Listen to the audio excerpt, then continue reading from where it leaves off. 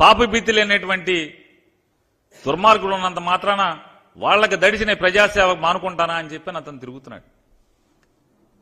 అటువంటి నవ యువకుడి గురించి ఇంత పచ్చి పాపం మాటలు మాట్లాడుతున్నారు మీరు. సరే, భగవంతుడు ఉన్నాడు. ఏంటి మత్స్యకారులకు గుదిబండగా మారిందంటే 2017 జీవో. 2017 జీవో అసలు ఏంటి? ఆ జీవోలో ఏముంది అంటే ఎంతసేపు మోసపు మాటలు. ఎక్కడైతే 100 హెక్టార్లు పైబడి ఉన్నటువంటి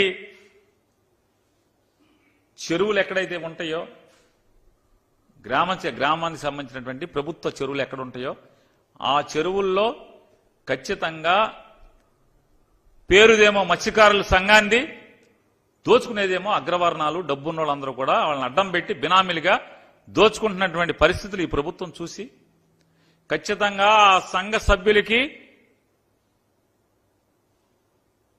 బ్యాంక్ అకౌంట్లోకి ఆ డబ్బులు వెళ్ళాలి అనేటువంటి జీవో తెస్తే దాన్ని తప్పుగా చిత్రీకరించడం. మీ గుండెలమే చేసుకు చెప్పండి, ఈ జీవో ఏం తప్పు ఉందో. ఊరికే 2017 జీవో అంటుంది అయితే ఆ జీవోలో ఏంటి? జీవో సారాంశం ఏంటి? ఇటువంటి పాప మాటలు, బురదేసి విషపు మాటలు ఆయన మాట్లాడతాడు. దేశానికి ఎందరో మహనీయులను అందించినటువంటి గడ్డ కృష్ణా జిల్లా. ఇప్పుడు కొత్తగా గుర్తుకొచ్చింది కృష్ణా జిల్లా ఎందరో మహనీయులను అందించింది. జాతీయ జెండా రూపశిల్పి పింగళి వెంకయ్య ఈ గడ్డపైనే పుట్టాడు. మొట్టమొదటి జాతీయ జెండా ఎగిరింది ఇక్కడే.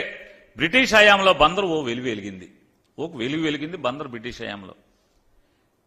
2014 నుంచి 19 దాకా చంద్రబాబు హయాంలో ఏం జరిగింది?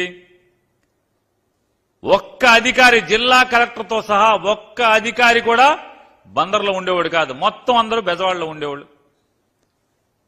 ఆఖరికి ఆగస్టు 15, జనవరి 26 జాతీయ జెండా కూడా కలెక్టర్ వచ్చి ఎగరేసేవాడు కాదు. డిఆర్ఓతో ఎగరేయించేవాళ్ళు. జిల్లా అధికారులందరూ కూడా బెజవాడలో కాపురం ఉండేవాళ్ళు. వారం సోమవారం ఒక్కరోజు అది కూడా వాళ్ళకు బుద్ధి పుడితే గ్రీవెన్స్కి వచ్చి కాసేపు గంట కూర్చుని వెళ్ళిపోయేటువంటి పరిస్థితులు. అది కూడా కలెక్టర్ ఎక్కువ రోజులు వచ్చేవాడు కాదు. జాయింట్ కలెక్టర్నో డిఆర్ఓనో కూర్చోబెట్టేవాళ్ళు. వారం సోమవారం ఒక్కరోజే కాస్తో కోస్తో ఆ గ్రీవెన్స్ పేరుతో ఒక గంట సేపు అధికారులు కూర్చుని వెళ్ళిపోయేవాళ్ళు. ఇది చంద్రబాబు నాయుడు ఏలుబడిలో బందరకు ఉన్నటువంటి దుస్థితి. ఇవాళ ఈయన వచ్చి అసలు మామూలుగా ఈయన ఇప్పుడే రాజకీయాల్లోకి వచ్చినట్టు చంద్రబాబు నాయుడు గారు. ఈయన ఇంత క్రితం ఎప్పుడు ముఖ్యమంత్రి చేయనట్టు ఇప్పుడే వచ్చి నన్ను ముఖ్యమంత్రి చేయండి అని మొదటిసారి ఓట్లు అడుక్కున్నట్టుగా బిల్డప్ ఇస్తున్నాడు ఈ బిల్డప్ బాబాయ్. ఇవాళ బందర్కి మళ్ళీ వెలుగేలా వచ్చింది? 2022 సంవత్సరం మార్చి మాసంలో ఈ రాష్ట్ర ముఖ్యమంత్రి వైఎస్ఆర్ కాంగ్రెస్ పార్టీ అధ్యక్షుడు జగన్మోహన్ రెడ్డి గారు తన ఎన్నికల మేనిఫెస్టోలో ఇచ్చినటువంటి హామీని అమలు చేస్తూ కృష్ణా జిల్లా బెజవాడ క్రీనీడలో ఎలా అయితే మసకబారిపోయిందో, బందరు చరిత్ర గతమెంతో ఘనమైనటువంటి బందరు చరిత్ర బెజవాడ క్రీనీడలో ఎలా మసకమారిపోయిందో ఆ మసక తుడిచేయటానికి బెజవాడని సపరేట్ జిల్లాగా ఎన్టీఆర్ జిల్లాగా నామకరణం చేస్తూ బందరు పార్లమెంట్ పరిధిలో ఉన్నటువంటి 7 అసెంబ్లీ నియోజకవర్గాలని కలిసి పాత కృష్ణా జిల్లాగా ఏర్పాటు చేయటం వల్ల మళ్లీ బందర్కి పూర్వ వైభవం తీసుకొచ్చినాడు ఎవడయ్యా అంటే సత్తా ఉన్నాడు జగన్మోహన్ రెడ్డి గారు. 2014 నుంచి 19 దాకా, లేదా 2004కు ముందు మీరు ముఖ్యమంత్రి చేశారు కదా, బందరు గురించి ఎందుకు పట్టించుకోలేదు? ఇవాళ మీరు పింగళ వెంకయ్య గారిని తీస్తారు, జాతీయ జెండా గురించి చెప్తారు. బ్రిటిష్ టైంలో బందరు చరిత్ర ఘనం అంట. మరి నువ్వే కదా నల్లదొర పరిపాలించావు 14 ఏళ్లు. నీ ఏలుబడులు ఏమైపోయింది? ఇవాళ ఇటువంటి బొంకు మాటలు మాట్లాడాడు ఆయన. ఈ బొంకు మాటలు కాక ఏంటది? ఇవాళ ఆయన మాట్లాడుతూ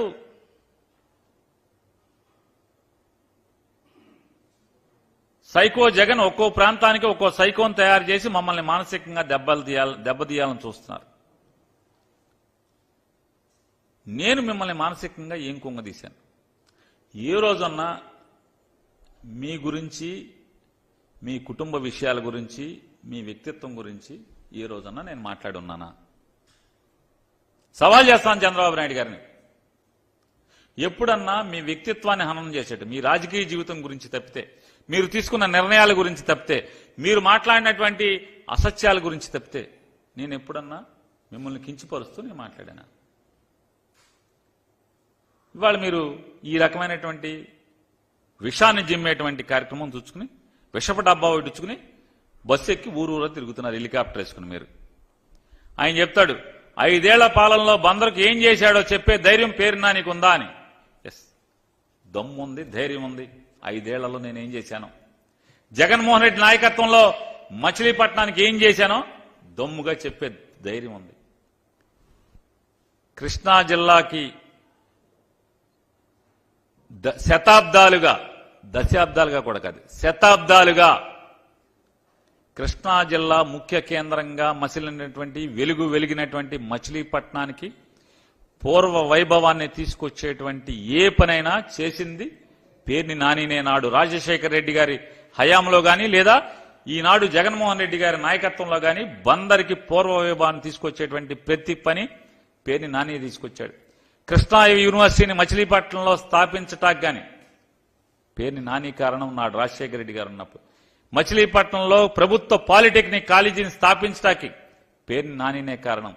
మచిలీపట్నంలో నర్సింగ్ కాలేజీ, ప్రభుత్వ నర్సింగ్ కాలేజీ ఏర్పాటుకి పేర్ని నానినే కారణం.